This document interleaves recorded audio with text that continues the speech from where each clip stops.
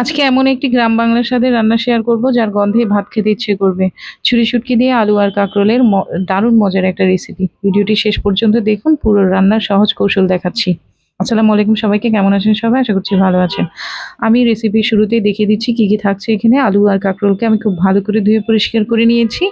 আর এখানে আছে পেঁয়াজ কুচি, আছে কাঁচামরিচ ফালি, আছে ধনিয়া পাতা কুচি আমি নিয়েছি। ছুরি শুটকি গুলোকে খুব ভালো করে গরম পানি দিয়ে ধুয়ে পরিষ্কার করে নিয়েছি। এখন আমি চুলায় একটা পেন বসিয়ে দিলাম। পেনটা পানিগুলো শুকিয়ে গেলে এর মধ্যে আমি দিয়ে দিচ্ছি তেল। তেল গরম হয়ে গেলে এখন দিয়ে দিলাম পেঁয়াজ কুচিগুলো। পেঁয়াজ কুচি দিয়ে আমি নেড়ে চেড়ে ব্রাউন কালার হওয়া পর্যন্ত ভেজে নেব। দেখুন, নেড়ে চেড়ে পেঁয়াজ কুচিগুলোকে আমি ভেজে নিচ্ছি। ব্রাউন কালার হয়ে গেলে আমি এর মধ্যে দিয়ে দিব সামান্য পরিমাণ পানি। পানি দিয়ে নেড়ে চেড়ে আমি এর মধ্যে মশলাগুলোকে দিয়ে দিব।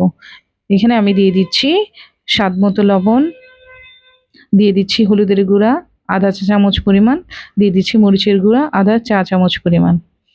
দিয়ে আমি খুব ভালোভাবে নেড়েচেড়ে মিক্স করে নিচ্ছি।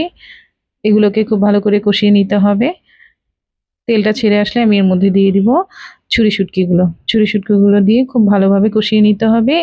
শুটকিগুলোকে এখানেই ভাজা ভাজা করে নিতে হবে, তা না হলে শুটকির যে আষ্টে গন্ধ, ওই আষ্টে গন্ধটা থেকে যায়। দেখুন, ঢাকনা দিয়ে ঢেকে ঢেকে আমি এগুলোকে ভালোভাবে কষিয়ে নিচ্ছি এবং শুটকিগুলোকে ভাজা ভাজা করে নিচ্ছি। এভাবে কষিয়ে নিলে ছুরি শুটকি থেকে খুব সুন্দর একটা ফ্লেভার আসে। তারপর আমি এগুলো খুব ভালোভাবে কষিয়ে গেলে তেলটা ছেড়ে আসলে এর মধ্যে দিয়ে দিব সবজিগুলো। আলু এবং কাঁকরোল আমি এখানে ঢেলে দিব, দিয়ে খুব ভালোভাবে নেড়ে চেড়ে নেব। দেখুন, আলু এবং কাঁকরোলগুলোকে আমি দিয়ে দিলাম, দিয়ে খুব ভালোভাবে মশলার সাথে মিক্স করে নিচ্ছি।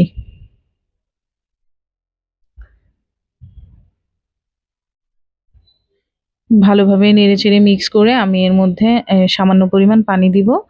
আলু এবং কাঁকরোলটা সুন্দরভাবে কষানোর জন্য আমি এর মধ্যে দিয়ে দিব সামান্য পরিমাণ পানি।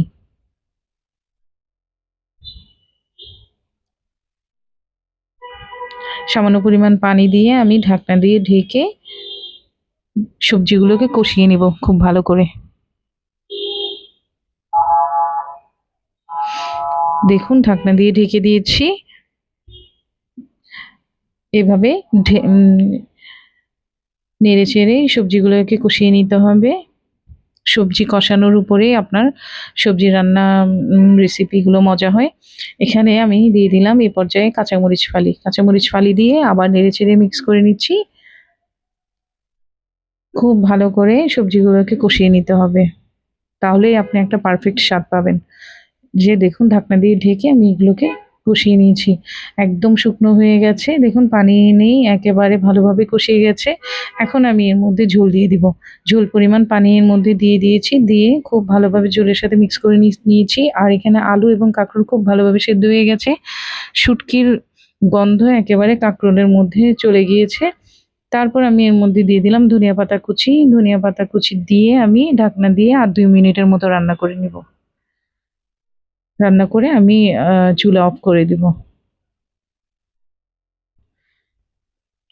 তৈরি হয়ে গেছে আমার ছুরি শুটকি দিয়ে আলু এবং কাঁকরোলের একটা মজাদার রেসিপি। আমার এই রেসিপিটা যদি ভালো লেগে থাকে তাহলে আপনারা ভিডিওটাকে লাইক, কমেন্ট, শেয়ার করে আমার পাশে থাকবেন এবং আম বেশি বেশি করে শেয়ার করে দিবেন বন্ধুদের মাঝে। ধন্যবাদ সবাইকে।